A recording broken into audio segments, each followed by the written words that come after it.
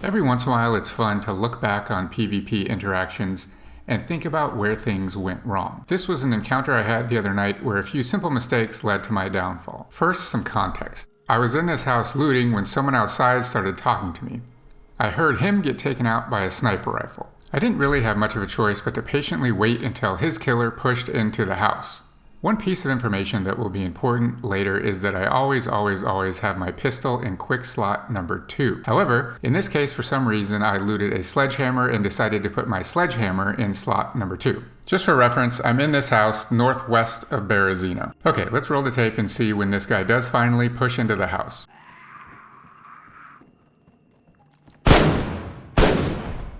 Okay, that guy's dealt with no problem. However, I did get DayZ'd slightly here, and it ends up costing me dearly in a few seconds. Let's watch those shotgun shots back in super slow motion and I'll show you what I mean.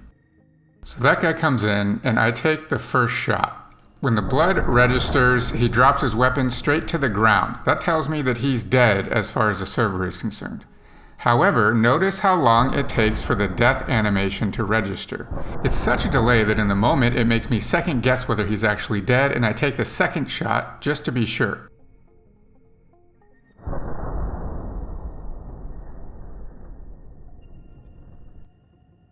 Okay, he's dead and I get up to close the door. And this leads me to my first big mistake, which is not immediately reloading my weapon.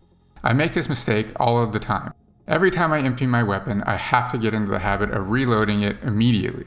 I turn to close the door and realize my second mistake, which was assuming that this person was solo. Always assume that there's at least another person.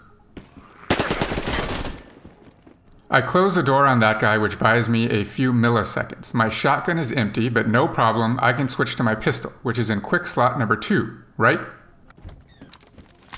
Wrong. Like I said earlier, for some unknown reason, I decided to make this sledgehammer quick slot number 2 instead of my pistol. So I think I'm pulling out my pistol, but very quickly realize that I have a sledgehammer. Just imagine if I had a pistol in my hand right now with this guy turning to his left and his back towards me. He has no idea where I am. If I have a pistol in my hand, I win this easily.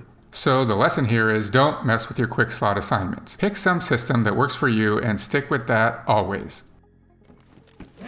In the moment, I thought I really had no choice but to just take a swing at this guy at this point and hope I would catch him with the sledgehammer. In retrospect, I probably had just enough time to switch to the pistol and take a few shots.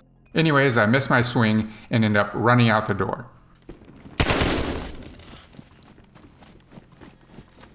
I've exited the building and headed right and taken the corner, turned around to face the oncoming enemy.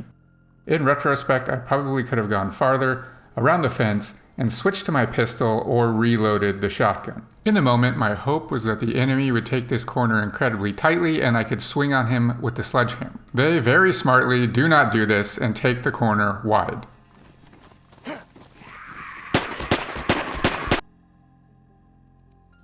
I do just want to commend the balls of steel on this guy who in the moment realizes I'm absolutely not a threat and slowly backs up and semi-fires into me to finish me off. I don't take this too seriously, but like I said, sometimes it's fun just to look back and think about the things you could have done differently to try to get better over time.